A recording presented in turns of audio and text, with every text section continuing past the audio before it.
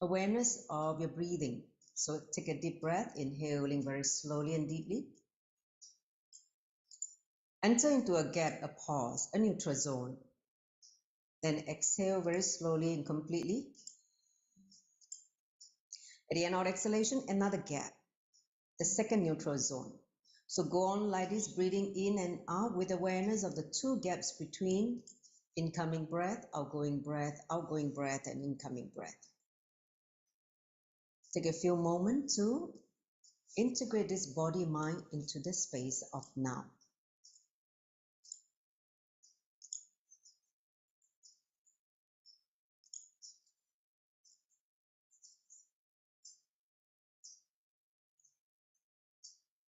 Enter into the space of Shravana, listening, authentic listening.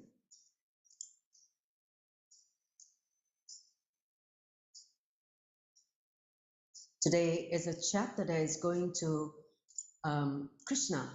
Bhagavan Krishna is going to reveal a lot of sacred knowledge, sacred truth about our own divinity. So please stay in the listening space in restful awareness so that all that is being revealed can penetrate into your inner space and start settling down, awakening the non-mechanical parts of the brain.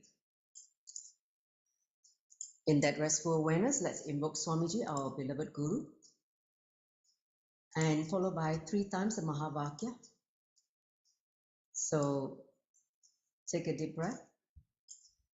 Nityanandam Paramasukaram Kevalam Jnanamurtim Dvandvatitam Gaganashatrisham Tattvamasyarilaksham Ekam Nityam Vimalam Achalam Savadi Sakshi Bhutam Bhavatitam Trigunarahitam Satguruntam Namami. Om Nityananda Paramashivoham. Om Nityananda Paramashivoham. Om Nityananda Paramashivoham. Let us bow down sincerely for the being, requesting Swamiji, our beloved Guru, as well as Bhagavan Sri Krishna, to bless us to receive the knowledge of Sankhya Yoga, the yoga of wisdom, in this session, and so that we can all experience a cognitive shift from the powerful cognition.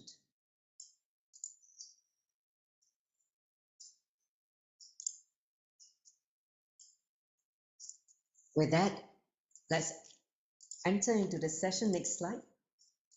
So I'm just going to quickly describe the outline of today's session, the flow. What are we going to cover? Those of you who have read chapter 2, excellent. So you'll be able to track along with us and also ask your seekers question. So in today's session, because last week we had a gap of doing the Krishna Janmashtami, right? We had a special session. We talked about Krishna's birth. So now we are going to do a quick recap on what happened. People who are joining for the first time today can bridge what we are going to cover in today's session. So it's kind of like a bridging first chapter so that you know the context and why this second chapter is the way how it unfolds. Then we are going to talk about Arjuna's fear, why he feared about his bigness, okay? And then we are going to also understand, Arjuna actually pretends to surrender to Krishna. And then where Krishna actually first time speaks in this chapter, he listened to Arjuna in the whole first chapter. In the second chapter, then he starts speaking. So he reveals the Sankhya Yoga in this chapter, the truth about our divinity, who we are. And then we're going to understand this very, very powerful statement. You exist in the past, present, and future. Okay? So this statement needs to be understood. And then how Krishna, Bhagavan Krishna, completes Arjuna of his fear of his root patterns and shake him up so that he can move on to stand up for Dharma. All right, next slide.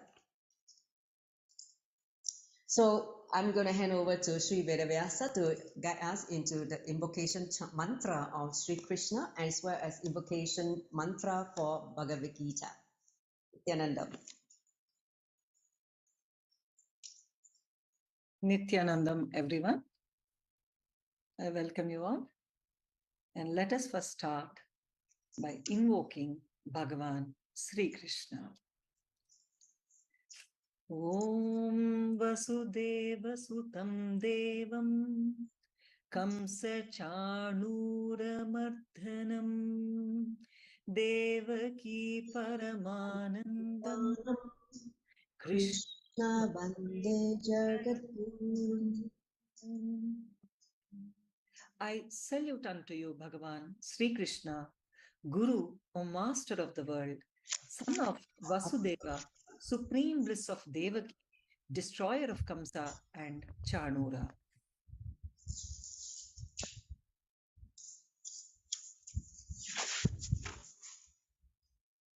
Next mantra. Now, let us invoke the sacred knowledge of Bhagavad Gita. Please understand, Bhagavad Gita itself is the Shakti and Bhagavan himself. Om Parthaya Pratibodhita Bhagavata Narayanena Swayam Purana Munina Madhye Mahabharatam Advaitamrita Varshinim Bhagavatim Ashtadasadhyayinim Amba Tvam Anusandadhami Bhagavad Gita Bhavadveshinim. Means, Om, I meditate upon you, Bhagavad Gita, the affectionate divine mother, showering the nectar of Advaita, non-duality, and destroying rebirth, incorporated into the midst of Mahabharata of 18 chapters by sage Vyasa, the author of the Puranas, and imparted to Arjuna by Bhagavan Narayana himself. Please understand, this Bhagavad Gita itself is leading us to the nectar of Advaita and non-duality, and it's going to bring us out of birth and death cycle.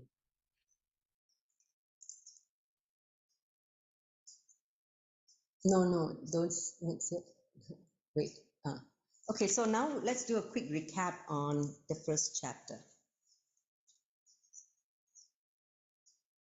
Yeah. Please listen, everybody. As last time, in the last show, we were speaking about the dilemma of Arjuna.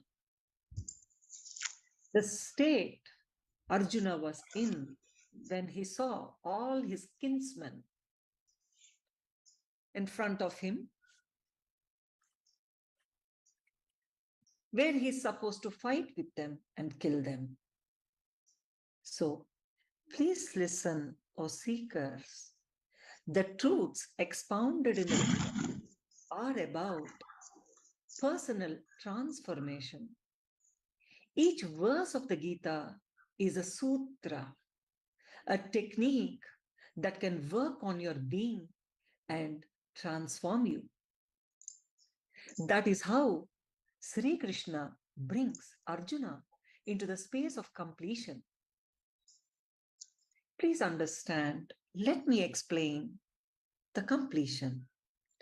Completion is the space and state where you will be totally connected with life and with people in your life in the present moment without any limiting, restraining influence of the past happening in your life.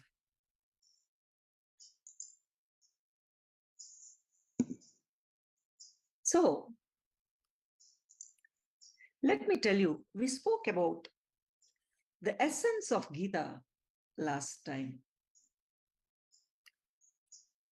Let me again reiterate. The essence of the Gita is living in the space of completion in the present moment. Please understand. Gita is about surrendering the past and the future incompletions to the present and experiencing completion. Understand, I am defining what is incompletion. Incompletions are nothing but not looking at the fact and trying to pervert it, interpret it, manipulate it. All your plans to manipulate, pervert, and exploit is incompletion. Now, Arjuna was ready to give up.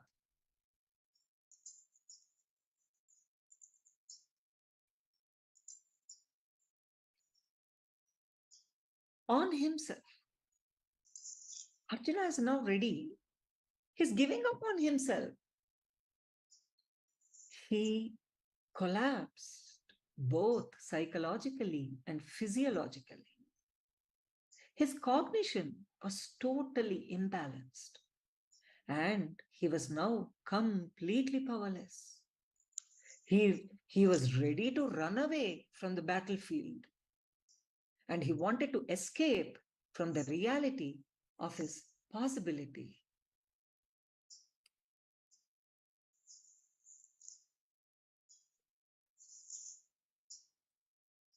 For a Kshatriya, please understand, he is a warrior, all of you. Kshatriya means warrior. He belongs to warrior clan, isn't it? Yes. So, for a Kshatriya to say this means one of these two things. Either his act is one of total surrender, or powerlessness of extreme confusion.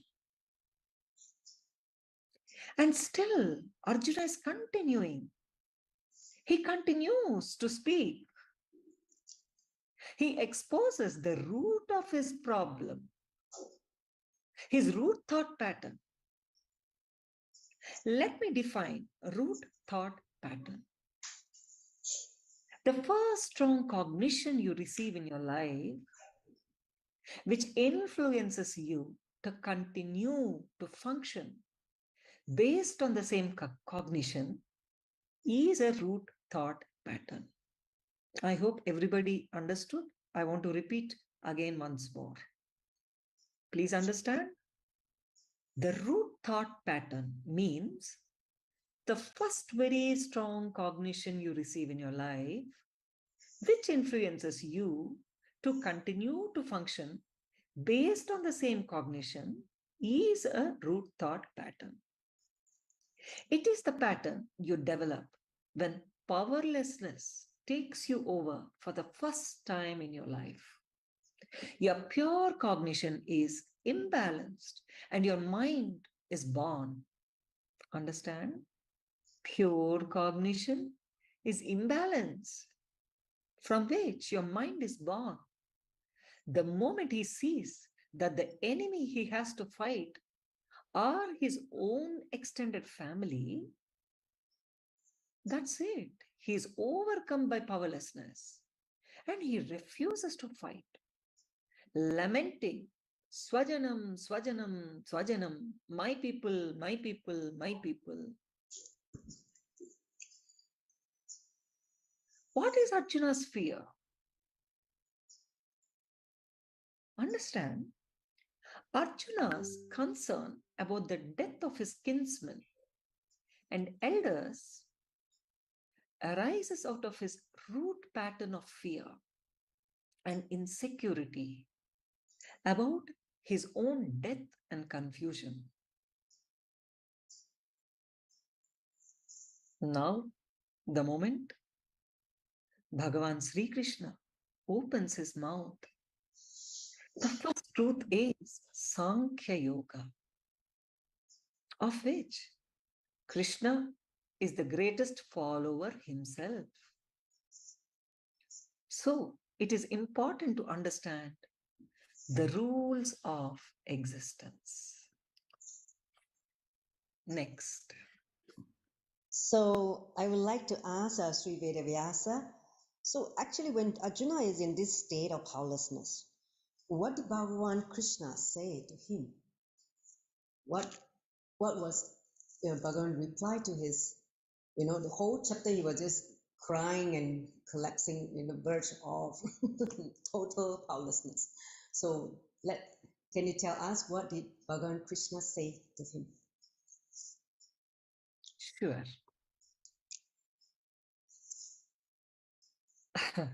Krishna, Arjuna, as all of you understand, is in this powerless state. So how does Bhagavan speak? Bhagavan Krishna, he's speaking. I think there is some disturbance. It's okay, we can hear clearly. Bhagavan Sri Krishna speaks. Understand, all of you, it is really now, here, that we enter into the real Gita. It is from here that Bhagavan or God, Narayana, Sri Mahavishnu starts speaking and singing the Gita-Upanishad into the listening of Nara Arjuna. And through Arjuna, Bhagavan is speaking into the listening of the whole of humanity. Bhagavan Sri Krishna says, "Oh my dear Arjuna, how have you acquired these impurities? They do not at all befit a man who knows the value of life. They lead not to higher planes, but to infamy, means being infamous. Akirtikaram Arjuna. Akirtikaram means becoming infamous, O Arjuna. This is not going to lead you to higher planes, Arjuna." Bhagavan seriously worried now about Arjuna's behavior. So Krishna says like this. You can repeat after me. I'm chanting. Klaibhyam masma. Klaimyamasma. Gama partha. Gama pata. Naitattvayupapadyate. Naitattvayupapatate. Aikshudram hridaya daurbalyam. Kaishudram hridaya drutbayam. Bayam. Tyaktvotishtha. Tyatyo visto. Tyaktvotishtha parantapa. Tyatyo tishta parantatapa. See here, you're observing Bhagavan Krishna is addressing Arjuna as O Parantapa. Parantapa means the one who does penance. Parantapa means who successfully does a great tapasvi. Saying, do not yield to fear, Partha. It does not befit you. Drop this powerlessness of the heart and stand up, O Parantapa. He's saying. It's like a slap. Wake up. Stop behaving like this stupidity, right? Krishna. So Krishna addresses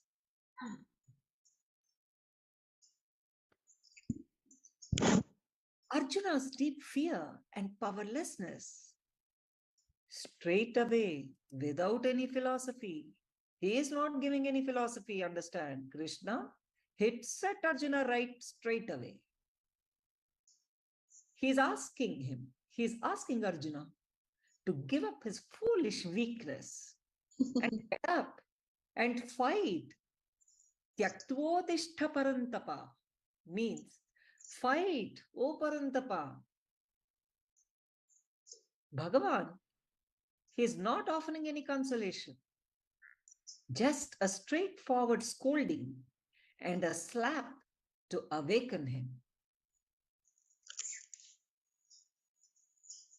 The whole issue was due to his root pattern of fear, plus worry, and powerlessness. Because of this fear, all our depression, worry patterns are nothing but root pattern of a deep fear of life, a deep self-doubt, fear of expansion, and fear of losing something. You need to stand up, he's saying, Bhagavan is saying. Stand up and complete with your root thought patterns to be rid of them. Please understand, even your ignorance is nothing but your fear of expansion. Many times you continue to pretend to be in ignorance because of your fear of failure. Understand, all of you? Humanity pretends to be in ignorance many times because of their fear of failure.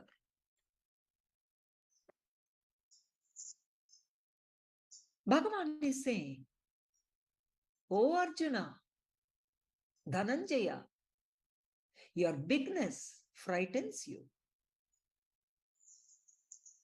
What is frightening you? Actually, you are big. Your bigness is frightening you. The truth is, you are suffocated by your bigness. Please understand, when I'm saying bigness, it's not physical. I'm not talking about length and breadth of his body. The truth is, you are suffocated by your bigness. Whenever bigness is demanded of you, whenever you feel you are being forced to expand, you shrink even further into your comfort zone. Arjuna's tiredness, weakness, and powerlessness, all these are nothing but the resistance he has in seeing his own bigness. That is why it is easy to accept our weakness. But if someone tells you that you are divine, you are powerful, you are complete, your whole identity starts trembling with fear. Arjuna literally trembles and collapses, totally fearing his bigness. But life always demands our expansion, because expansion is the natural law of life. The more we engage with life, the greater the expansion that will be demanded of us. Whenever we feel powerless, the first thing we should do is take on 10 more responsibilities and commit to fulfill them within an impossibly short time. Shake your inner space so powerfully that there is no way for weakness or tiredness to grow inside you. Please understand, what Bhagavan is saying. The way we need to apply it in our life. When we become powerless to expand, what should we do? We should take 10 more commitments and commit to fulfill them in a very impossibly short time. That is the technique. Please understand, it's a technique.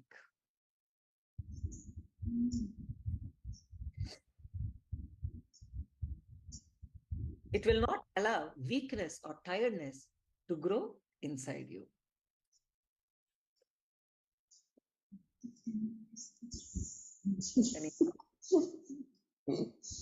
Anyhow. I have no time for tiredness. We'll be running. So, what is Arjuna doing now? Arjuna is pretending to surrender.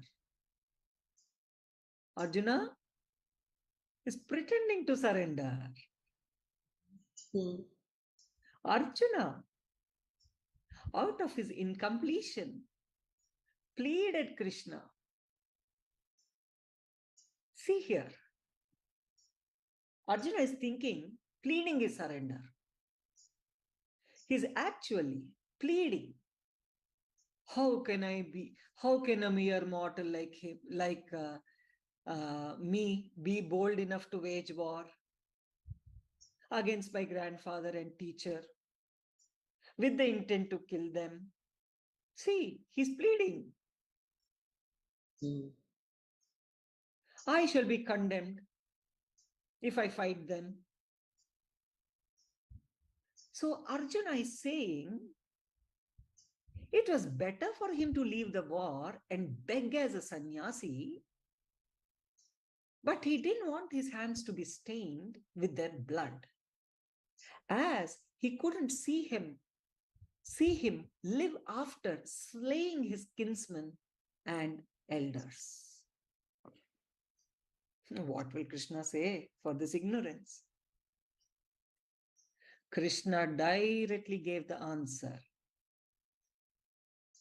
Go to sannyasa out of completion. Take any decision out of completion, not when you are powerless. Krishna denied Arjuna's decision to take sannyasa because, understand, Arjuna is mentioning sannyasa from his incompletion. So Krishna denied because Arjuna was taking decision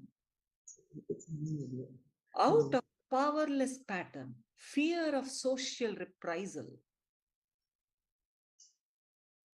He will only torture himself and others if he becomes a sannyasi. Finally, Arjuna asked Krishna to instruct him as a disciple whose soul has surrendered to Krishna. Here, His Holiness Sri Paramahamsa Nityananda Paramashivam Swamiji reveals beautifully that it was a lie. If Arjuna had surrendered, he would simply have followed what his master said. He wouldn't have waited for more explanation from master. Surrender out of confusion is not surrender. As he doesn't even know if he was doing the right thing. Please understand, O seekers, only surrender after clarity and intelligence of Shastras out of completion is true surrender. Lot of the humanity says, Swamiji, hey Bhagavan Krishna, we are surrendering to you. We can't do this. What does that mean? I have this doubt. Please explain this. Swamiji, you're saying like this, but I can't understand this. Explain this. Please understand, if surrender is true, you will not wait for more explanation. You would have just followed the master. Yes, it is true surrender. Only surrender after clarity and intelligence of Shastras, out of completion, is true surrender. Please understand, O seekers, this is for whole humanity through Arjuna. Still, Arjuna is continuing to argue with Bhagavan now. He's still continuing. I would rather beg for my food in this world than kill the most noble of teachers, he's saying. If I kill them, all my enjoyment of wealth and desires will be stained with blood. Don't Bhagavan know what he's instructing? Doesn't Bhagavan know what he's instructing? Still, Arjuna is continuing. After I kill everyone, even if I were to attain unrivaled dominion and prosperity on earth, or even lordship over the gods, who is offering him lordship over the gods in the first place? He's saying, even if I attain unrivaled dominion and prosperity on earth, or even lordship over the gods, how would that remove the sorrow that burns my senses? He's questioning. After he's saying, I'm surrendering, he's questioning like this to Bhagavan. Look at that. Sounds familiar. So, what is Bhagavan saying now? How does Bhagavan Sri Krishna replies? Bhagavan Sri Krishna says, you grieve for those that should not be grieved for, and yet you speak words of wisdom. The wise grieve neither for the living nor for the dead. Just as the spirit in this body passes through childhood, youth, and old age, so does it pass into another body. The man centered in himself does not fear this.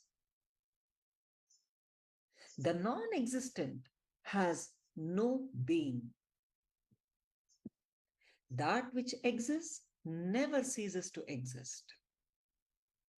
These bodies of the material energy are perishable. The energy itself is eternal, incomprehensible, and indestructible. Therefore, fight, O Bharata, O Partha. How can man slay or cause others to be slain? When he knows it is to be indestructible, eternal, unborn, and unchangeable.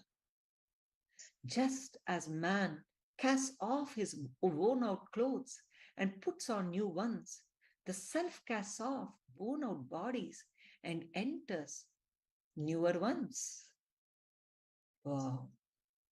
So beautifully, Bhagavan is explaining. So beautifully.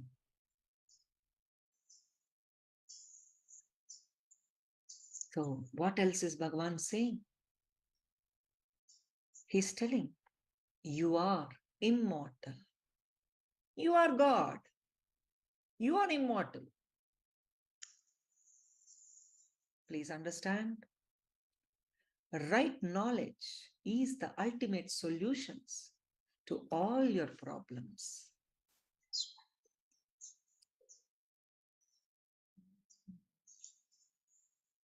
There is no death in reality. Do not fear death. You are imperishable. Death is but a passage.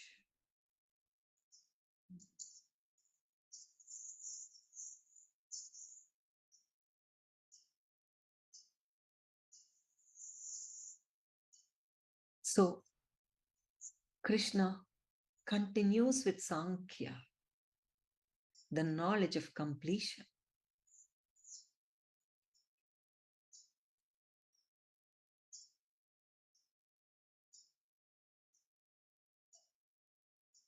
You are recognized as a soul.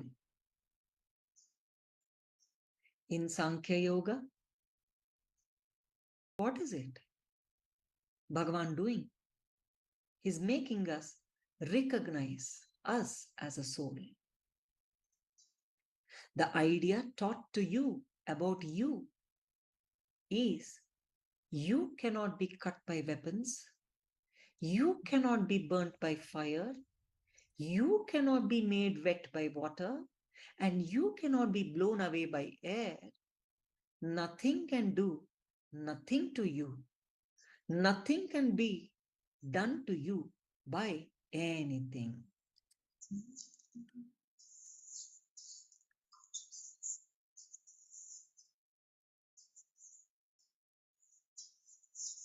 I will repeat once more. This is a very important truth what Bhagavan is teaching us. Exactly. Please understand. Sankhya Yoga is all about knowledge of completion. In Sankhya, you are being recognized as a soul. The idea is taught to you about you. That is, you cannot be cut by weapons, you cannot be burnt by fire, you cannot be made wet by water, and you cannot be blown away by air. Nothing can do nothing to you. Nothing can be done to you by anything. Please understand. The moment Bhagavan is opening his mouth, you are given an amazing introduction about yourself, isn't it? Do we know all this about ourselves? Yeah, before that, no. The moment even Bhagavan opened his mouth, he just opened his mouth now. Through was listening previously. He just opened his mouth and the humanity has been given an amazing introduction about itself.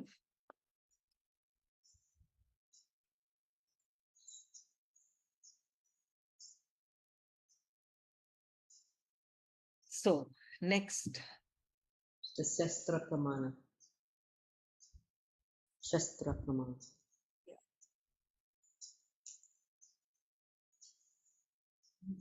Shastra Pramana. What is Shastra Pramana? Shastra Pramana is authenticated and time-tested scriptures which speaks the ultimate truth. So Bhagavan Sri Krishna says, Nainam chindanti shastrani. You can repeat. Nainam chindanti shastrani. Nainam dahati pavaka. Nainam dahati pavata. Naina chainam kledayanti. Naicha Aina chainam kledayanti. Kayanti. Apona soshayati marutaha. Apuna soshayati maruta. I will do the sloka completely. Om Nainam Chindanti Shastrani Nainam Dahati Pavakaha Aina Chainam Kledayanti Apona Soshayati Marutaha. Means weapons do not cleave, nor fire burns the Atman. Water does not wet it, and wind does not dry it. When he talks about the basic truths of life and spirituality, it is Shastra he is giving. intellectual knowledge of completion about consciousness. Understood? Weapons do not cleave, nor fire burns the Atman. Water does not wet it, and wind does not dry it. When he talks about the basic truths of life and spirituality, please understand it is Shastra. He's giving intellectual knowledge of completion about consciousness.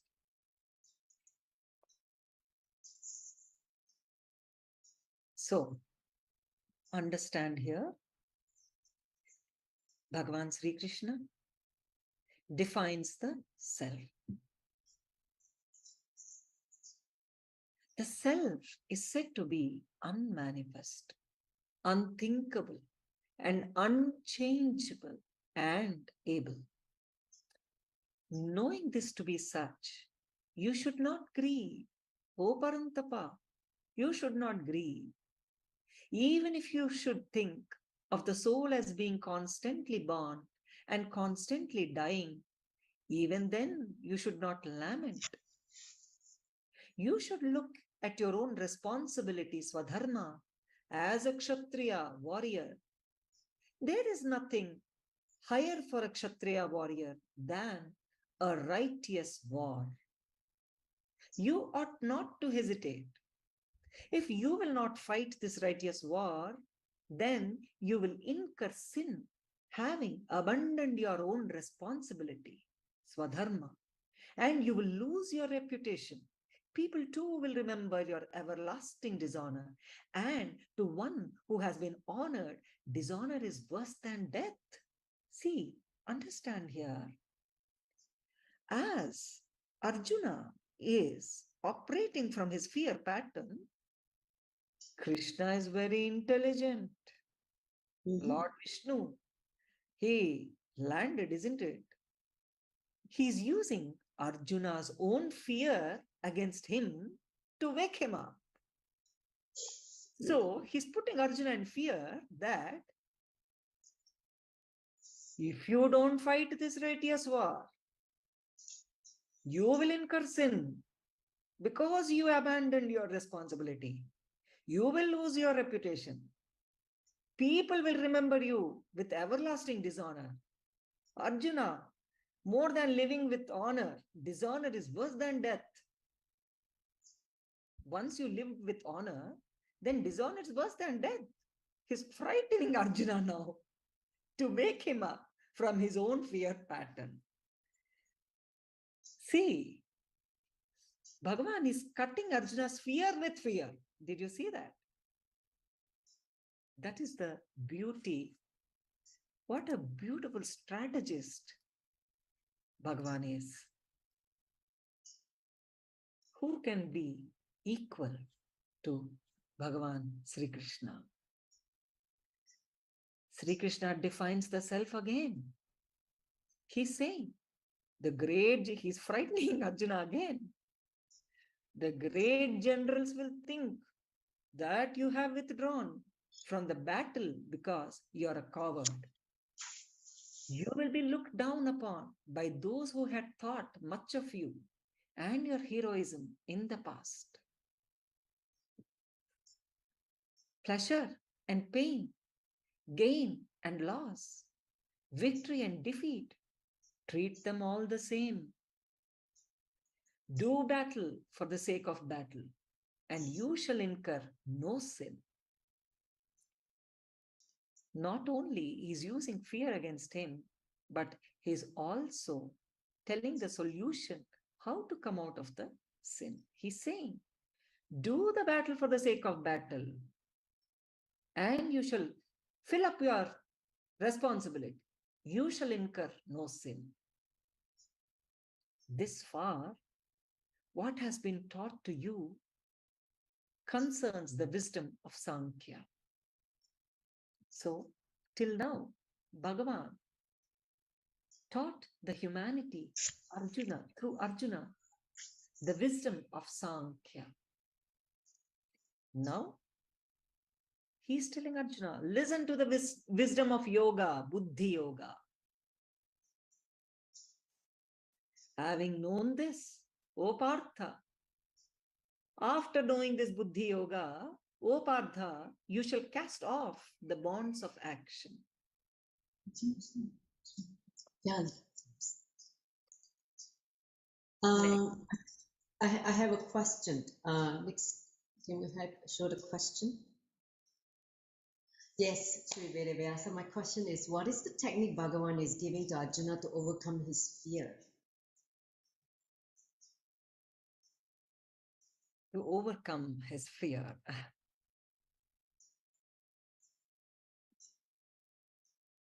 Listen carefully.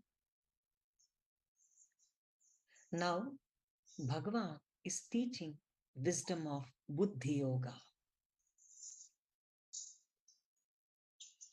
There is no wasted effort or dangerous effect in this path of yoga.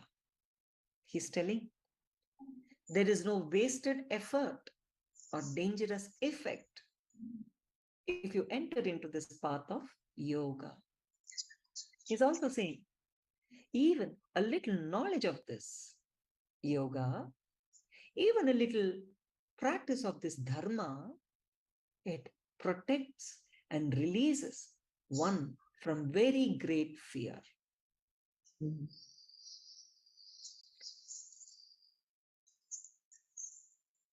Those whose minds are attached to sense pleasures and lordship,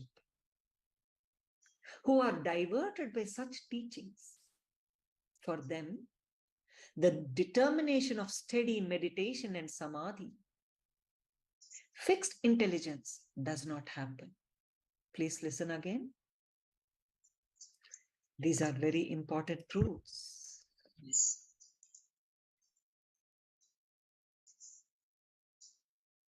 Just I'm repeating once more.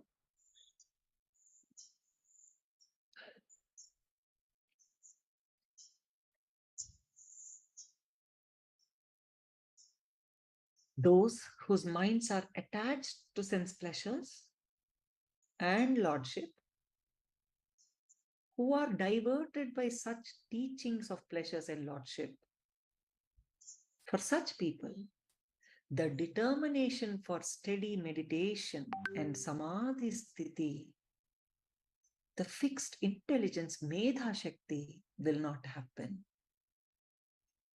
Sri Krishna refers to the truth here. Do not be carried away by the apparent ritualistic approach of the Vedas as propounded by half-learned scholars.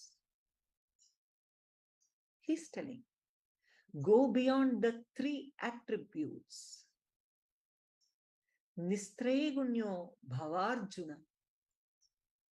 He's telling, go beyond the three attributes and seek the firm truth of the infinite, the union. That is yoga, he's telling Arjuna. What are the three attributes? Sattva, Rajas, and Tamas. The three gunas. Please understand. Now, Bhagavan is teaching wisdom of yoga. There is something beyond the superficial understanding, Krishna is saying. He's telling, there is something beyond the superficial understanding that will take you beyond the three human attributes of sattva, calmness, rajas, active action, and tamas, passive inaction. And it will take you beyond these into liberation, arising out of true understanding. At that stage, you will be beyond creation, preservation, and destruction. As these would have no meaning in the understanding of the permanence of the ultimate energy. Nirdvando, nitya sattvasto, niryoga kshema atmavan. Means, Krishna is leading Arjuna step by step, as if teaching a baby to walk. I will repeat this again, very important. We have to, whole humanity has to go beyond the superficial understanding. Only then it will take us beyond three human attributes: sattva, which is calmness, rajas, active action, and tamas, passive inaction. He's saying, this will take you beyond these three attributes into liberation. Then he says, in that level, you will be beyond creation, preservation, and destruction. Because they will not have any meaning in the understanding of the permanence of the ultimate energy. Please understand, Arjuna is being led. How fortunate he is. He's being led literally. Like a baby to walk, he's being taught by Vishnu himself. One by one, the master is demolishing Arjuna's conflicting patterns, arguments, and fears, dispelling his dilemma. Understand? These first baby steps address Arjuna's intellect. For that's all Arjuna has been using till now, isn't it? Arjuna has been using his intellect all this while. So Sri Krishna shows Arjuna how meaningless his intellectual knowledge is, because all this is borrowed with no experiential backing. Now Bhagavan is leading Arjuna into experiential knowledge.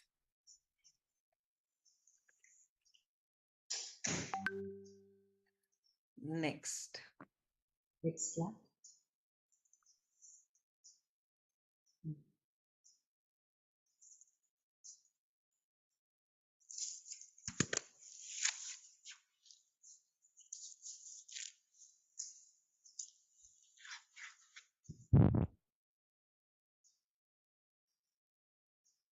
Om karmanyevadhikaraste. You can repeat.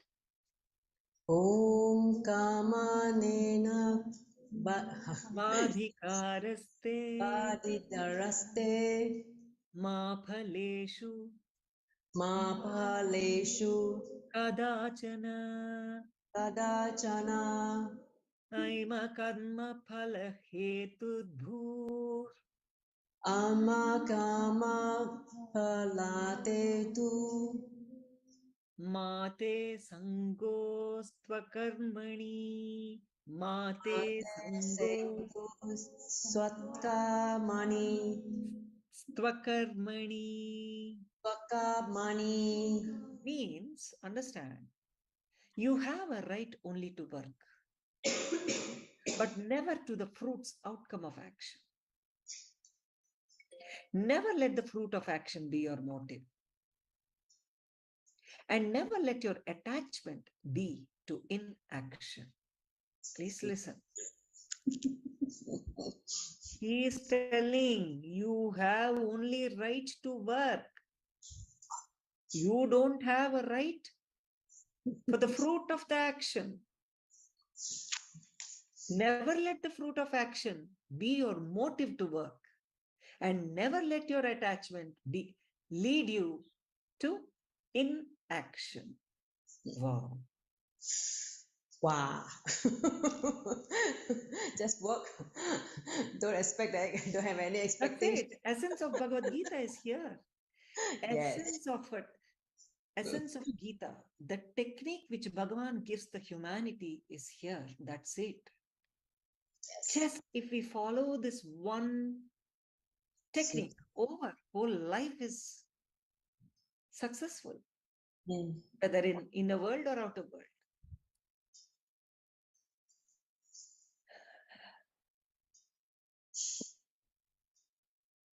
Bhagavan defines yoga. All this while Bhagavan is talking about Buddhi Yoga, right? Actually, what is this yoga? He is defining. Bhagavan is teaching that yoga is union of man and divine. Yoga is completion with the divine. Yoga is your realization of your own self, your realization that you are divine.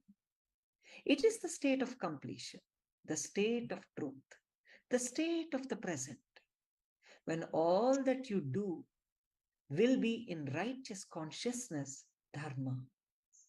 When you perform with this completion and with no expectations, you will do what is right and just. God.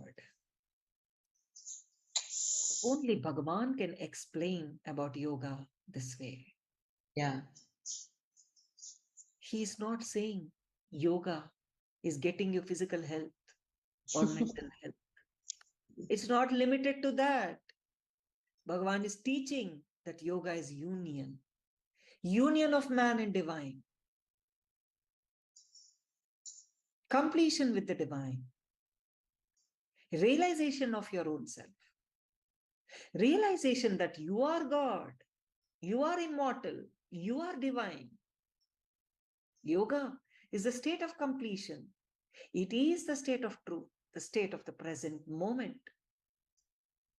When will it become the state of the present? When all that you do will be in righteous consciousness and dharma. When you perform actions with completion and with no expectations, that is when you will be doing what is right and just, he's saying. Now, after all this, God, so powerfully Bhagavan, just in few lines, he told everything. Actually, in one line itself, Bhagavan told everything, in the beginning of the Gita itself. But why 18 chapters of Gita? Why we even entered into second chapter? The first chapter, first paragraph, over, isn't it? But why did we enter here? Because Arjuna is going on asking and asking and asking and asking. Never surrender. Look at Arjuna. Arjuna is now curious and wants to know more. He's asking Krishna, you are telling me that I must perform without expectations and attachment, and that I must be complete in wisdom. Then Krishna, tell me, what kind of person is this? The one who always stays in the steady space of completion. Sthita prajnasya ka bhasha samadhi stasya kesava. How does he behave? How does this guy with space of completion, how does he behave? How does he walk? And how does he talk? Let me model myself on him, Arjuna is asking. He's saying, asking, tell me, who is it who acts without any interest in the outcome? That means what? Even he's blaming. He's telling, what you're telling, Krishna? Without attachment, you want me to do things. Tell me, who is it who acts without any interest in the outcome? Who is it who is not concerned about the result, whether it is good or bad, painful or joyful? And then he's saying, again with devotion, and how do I identify such a person, Bhagavan? See, understand, who has this nerve to question Bhagavan? Because Arjuna, I should say, is in romance with Krishna, isn't it? He's not only a relative, he's a friend of Krishna, close buddies. That's why whole Bhagavad Gita is being whispered in Arjuna's ear, actually. We are overhearing and talking about this. That's why he's questioning, like how we question a friend. Again, he falls into devotion because he knows Bhagavan is Bhagavan. Not only his friend, but he is Bhagavan. So he's saying, how do I identify such a person who acts without any interest in the outcome? How does that guy walk and talk? How does he behave? Sthita prajna. How is it possible? He's asking. Then Bhagavan says, Krishna is responding. O Partha, he's answering. O Partha, this man, that Sthita Prajna man, the space of completion man, is free from desires and emotions. He has neither greed, nor fear. He has no patterns. He is always complete in himself. Pleasures through the senses do not interest him. He has withdrawn his senses from the external or outer world, and has integrated them inwards into his inner space, directed them towards that supreme truth that is beyond all pleasures, attachments, emotions, and sense objects. Krishna, he is explaining, describing the realized yogi, the Sthita Prajna, to Arjuna so that he too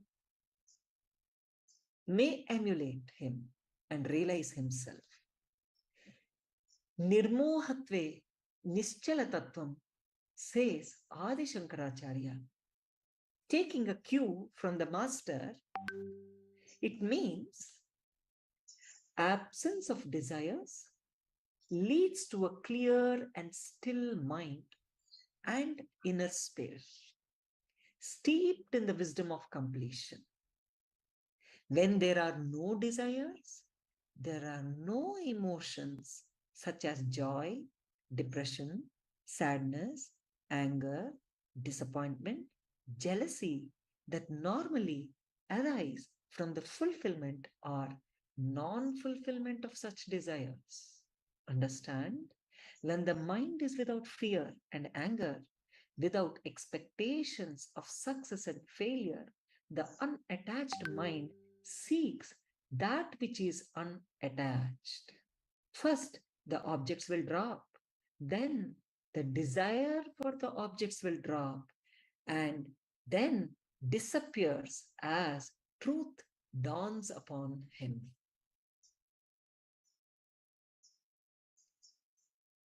Oh my God, this is so beautiful. Yes. Ding, click, click, click. Such powerful truth. Can you repeat the last statement? First, what drops? All of you listen. Listen, what drops first? I will tell. Krishna is saying,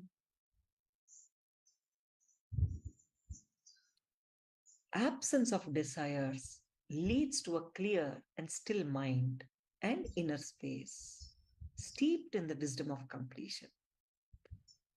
When there are no desires, there are no emotions such as joy, depression, sadness, anger, disappointment, jealousy, which normally arise from the fulfillment or non-fulfillment of desires.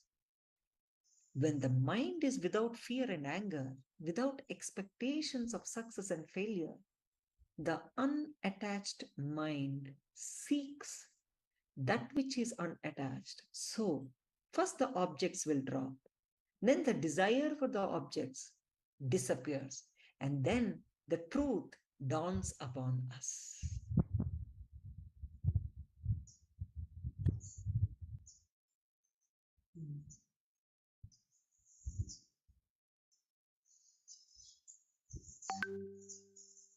Next. So beautiful.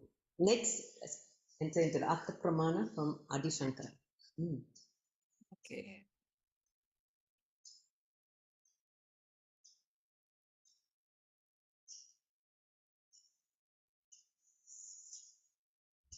I will read the translation here.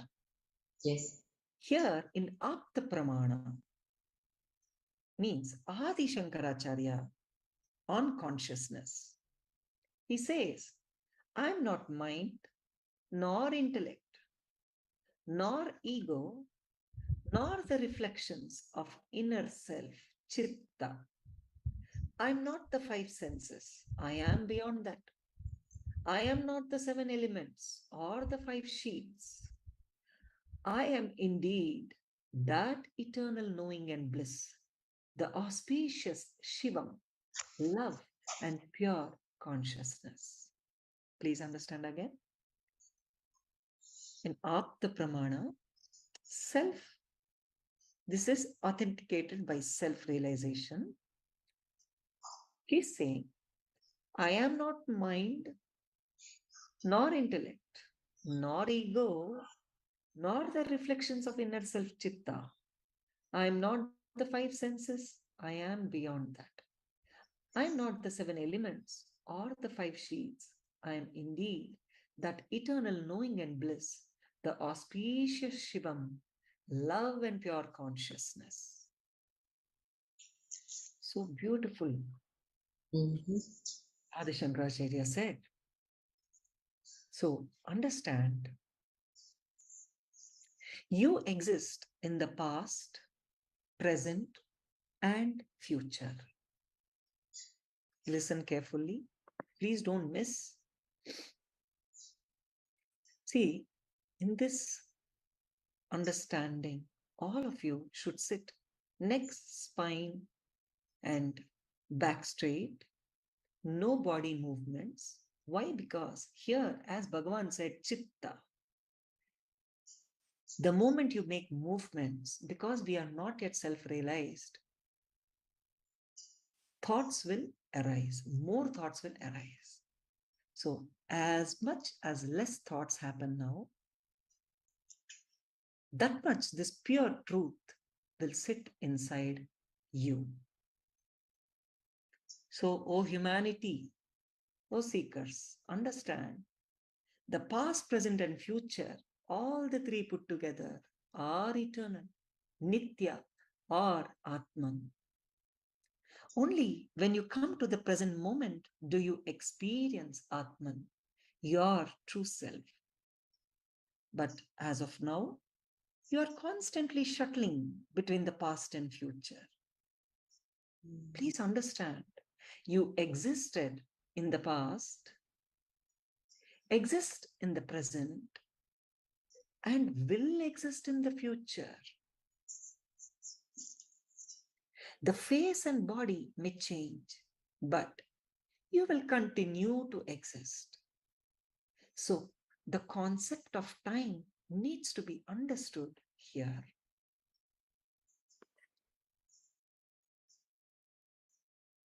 Krishna explains the concept of time. Time is like a shaft continuously moving from the future on the right into the past on the left. You're understanding? Once more. Time is like a shaft continuously moving from the future on the right into the past on the left. The future is continuously moving into the past. The present is the point where the future and the past meet. Your mind is nothing but movements between the past and the future. You have no thoughts if you stop thinking about the past and the future. Please understand, the more your thoughts shift from past to future or future to past, the higher the frequency of thoughts. If you try to think of something in the present, you will find that you cannot. You can think of it only by taking it into the past or future. Am I clear? Yes. Next. So I think at this stage, we'll like to ask all the attendees here if you have questions. Can you please mute? If there ever is, can you mute this person? Please make me, Can you the mute? co-host. I'll Can you mute. mute? Yeah.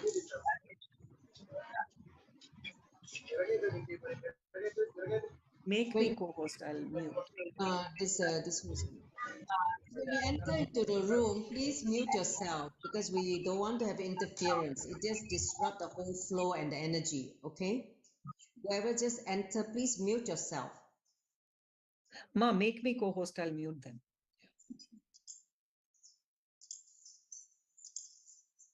Okay, thank you. So Yeah. at this point, we would just like to ask all the seekers here who are listening for the last almost 1 hour now. If you have questions for Sri Vedavyasa after listening to Sankhya Yoga, okay, please ask now. We take a few minutes to answer your question before we conclude.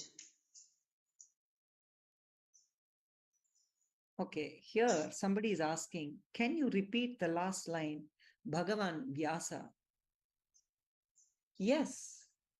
Here Bhagavan is saying, Sri Krishna is saying, the more your thoughts shift from past to future or future to past, the higher the frequency of thoughts will become. If you try to think of something in the present, you will be finding yourself that you are not being able to. You can think of it only by taking it into the past or future. The more thoughts are shifting from past to future, the moment you want to think about present, you will be finding yourself able to think only by taking it into the past or future without being in the present. That is what Vyasa is saying.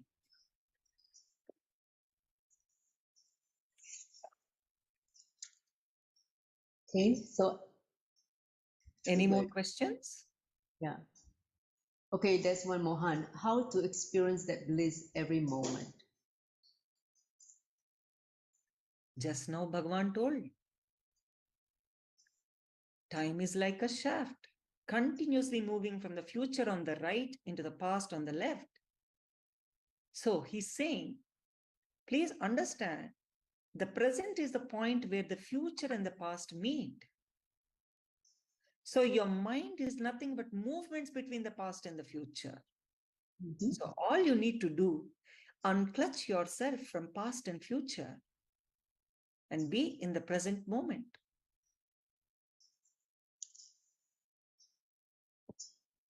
Then the bliss every moment will be possible.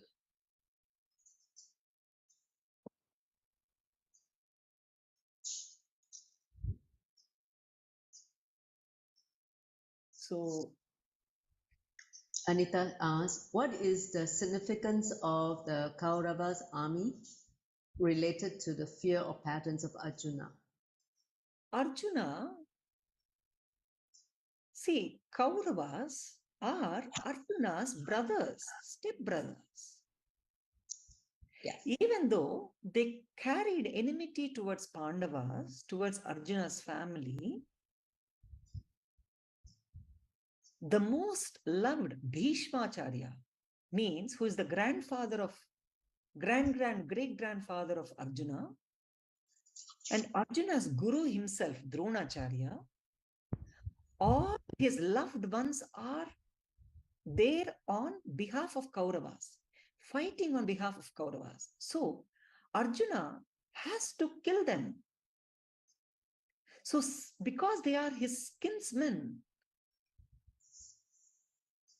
after he came there and realized he literally has to kill his relatives. He's attached to them. And he's fearful of the result of this war because he's going to lose everybody. That's why he's going on saying, Svajanam, Svajanam, Svajanam, my people, my people, my people. That is why he's in this fear pattern. Not because he's not a warrior. Please understand, this powerlessness it's not coming from because he's a weak warrior. No, he's a very powerful warrior, very powerful tapasvi. But the moment he saw the opposite army, which is his own people, all his loved ones, he has to kill them. So the attachment towards them, the humanly attachment towards them, and worry about the outcome of these actions, that is the relevance of patterns of Arjuna with Kaurava's army.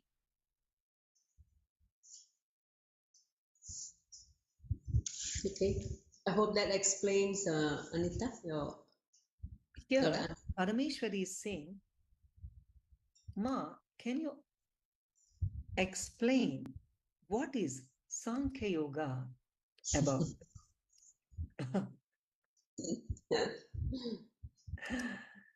Okay. See, understand,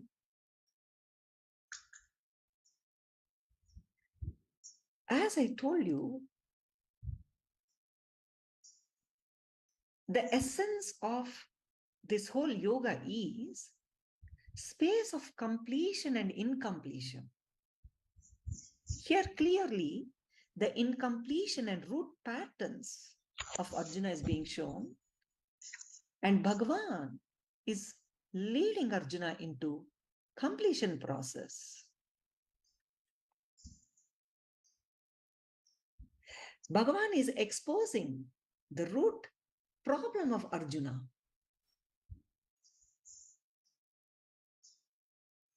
The first truth.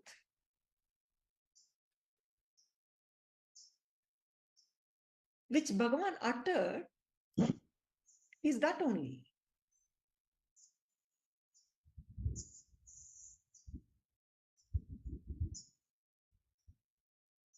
So Bhagavan is addressing the powerlessness of Arjuna. This whole Sankhya Yoga is all about completion process, isn't it?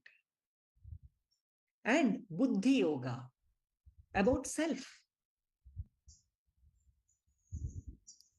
Bhagavan told a lot about self here, how we should not be having desires, how we should be unattached to the outcome of the desires, how he is telling about Atman.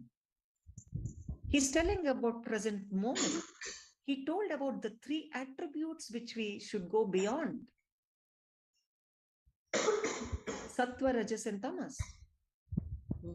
Only then will be liberated. He also, throughout Sankhya Yoga, he spoke about how we will exist. We existed before, we are existing now. In future also, we are going to exist forever. So Krishna explained about self. He explained about time shift. He explained about Buddhi Yoga, isn't it? This is and completion process. How to deal with the dilemmas, come out and perform our responsibility without thinking about the outcome. So this whole yoga is all about that. Yeah. To me, I feel that, the fear thing just kind of melted down with this right knowledge, the right cognition about the self. Before that, he was still thinking about all this social conditioning, right? He was attached to this fear of killing his own kinsmen. But once the truth was given to him, and he just realized, the larger picture about, life, and he just suddenly feel so much completion in him from that fear that he was having. This is the way how I saw it. Yeah. Now, next I'll move further. Yes, please. Please understand what Krishna is speaking. I'll give you the essence of this whole thing. A person who is in control of his senses, his mind and thoughts, lives in the present moment, Mm-hmm.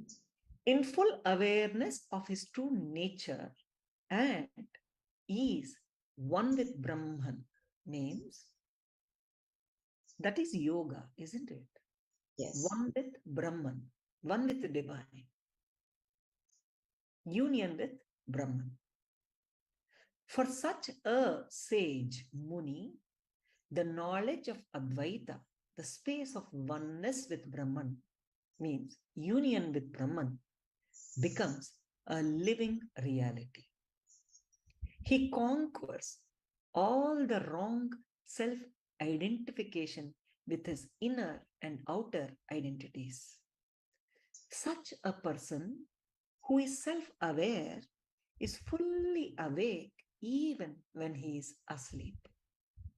Sri Krishna completes his description of the person established in yoga in this whole Sankhya Yoga, whose profile Arjuna has asked for.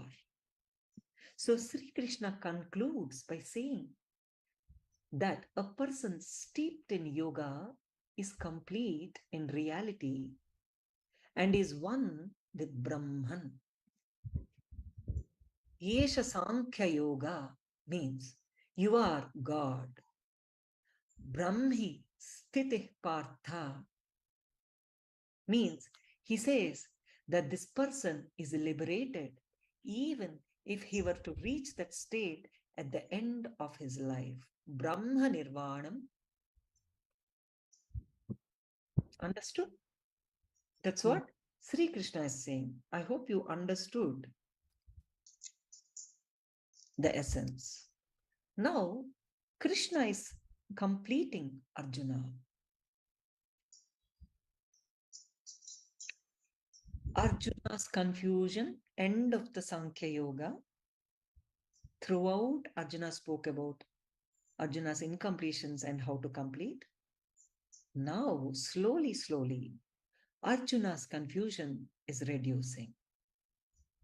Arjuna had the courage of authenticity to come out and tell Sri Krishna his fears and doubts. This is the first step any disciple, any devotee, any follower needs to take towards clarity. Arjuna had the courage. Everybody, generally humanity, hides their hypocrisy and cunningness inside.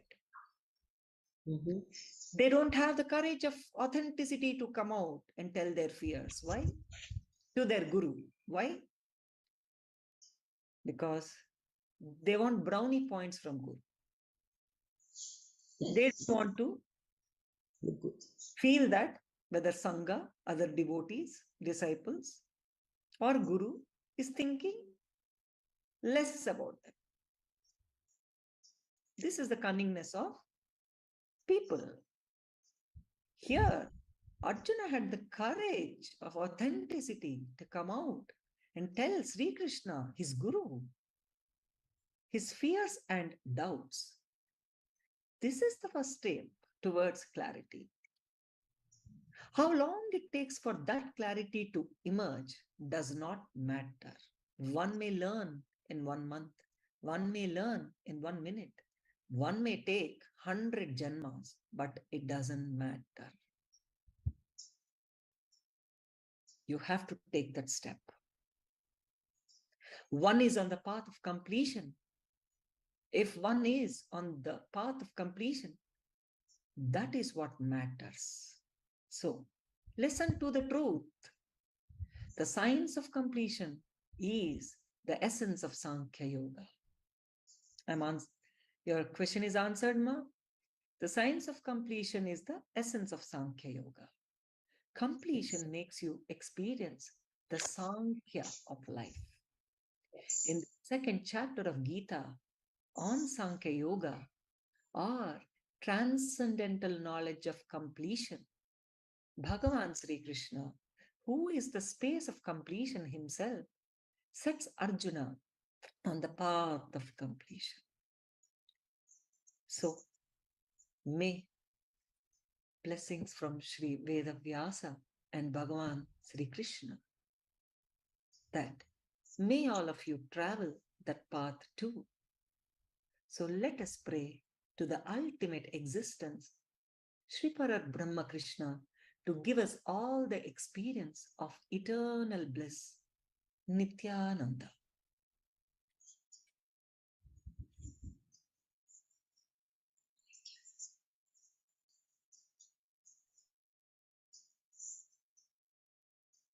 So, Next slide. So we can go to the last 2 slides. So we'd like to thank everyone here for this session. I think it's been so enlightening. I mean, at least for me personally, I don't know about the rest. So once again, a reminder, you can download the ebook if you don't have a physical copy. I mean, blessed are those who have who have the physical copy. You can touch and feel the copy. If you do not have, you can still do it by downloading the ebook. It's totally free.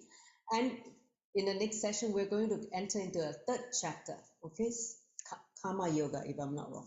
So before we conclude, I think I have a few things to announce in next slide. We're actually going to invite everybody here who are, because now we're starting the 9-day Ganesha Chaturthi celebration in Singapore, Kailasa, Singapore. So every day we're doing some kind of activity with the kids and also the parents. We started on Monday, we had learned the birth of Ganesha, and then yesterday we had the learning how to invoke Ganesha mantra, and today before the session we had making clay Ganesha. So tomorrow we're going to learn how to draw Ganesha. So if you like to create a deeper feeling connection with Ganesha, this 9 days is what we are going to do with setting up time to engage and entangle with Ganesha. So after drawing, we have making his favorite sweet moda, and then we're also going to make jewelry for Ganesha, your deity. And then we're going to have on Sunday a special e-Guruku lesson to celebrate Ganesha Chaturthi with the kids and parents. And then on Monday, we have our manifestation with Ganesha, and leading up, culminating to the grand celebration on Tuesday, Ganesha Chaturthi with the puja here. So we're inviting everybody who are interested to, participate to this activity, daily activity as part of Ganesha Chaturthi celebration. Okay, so Ma, you also want to share about some of the sessions on PSM3 and also some of the completion. Yes. Go so as Vedavyasa, I will be suggesting, please come and see Bhagavan Lord Krishna in Paramashivoham Level 3 program. Swamiji is Bhagavan Sri Krishna himself. He is giving darshan every single day. Please come early morning, 4:30 a.m. Bhagavan comes. Please come and have darshan every single day in PMS Level 3, Paramashivoham Level 3 program. Please don't miss it. We are speaking about Lord Krishna and Bhagavad Gita, which happened 6,000 years back. But Krishna is here. Why are we missing him physically? We are thinking about him after 6,000 years, but he landed here physically and we are missing him. So don't miss. Please come. I will be sending the links to everybody, direct Zoom links. And we have part of this, we are also conducting Attracting Wealth workshop. It is 5th day, yesterday. Actually, this workshop was only for 5 days, but unusual things and extraordinary things all the participants are experiencing. So, as they are interacting with me and learning more and more things, the workshop extended to 4 more days. So, tomorrow, 7 p.m. Indian Standard Time to 9 p.m. Indian Standard Time, 2 hours a day. Please come and experience how to attract wealth, and please attract wealth in your life. So I'll be sending links for that also. Thank you, everybody. So let us end this with Purna Mantra. Om Purnamada Purnamidam Purnat Purnamudachyate Purnasya Purnamadaya Purnamevavasishyate. Om Shanti Shanti Shanti. Hari Om Tat Sat. Sarvam Sadguru Padarpanamastu. Om Nityanandam. Thank you all for joining. Please share your feedback in the group chat so that we'd like to hear from you if you haven't had a chance to share in the session. All right, with that, have a good evening, and then we enter into the inquiry of this third chapter, Karma Yoga.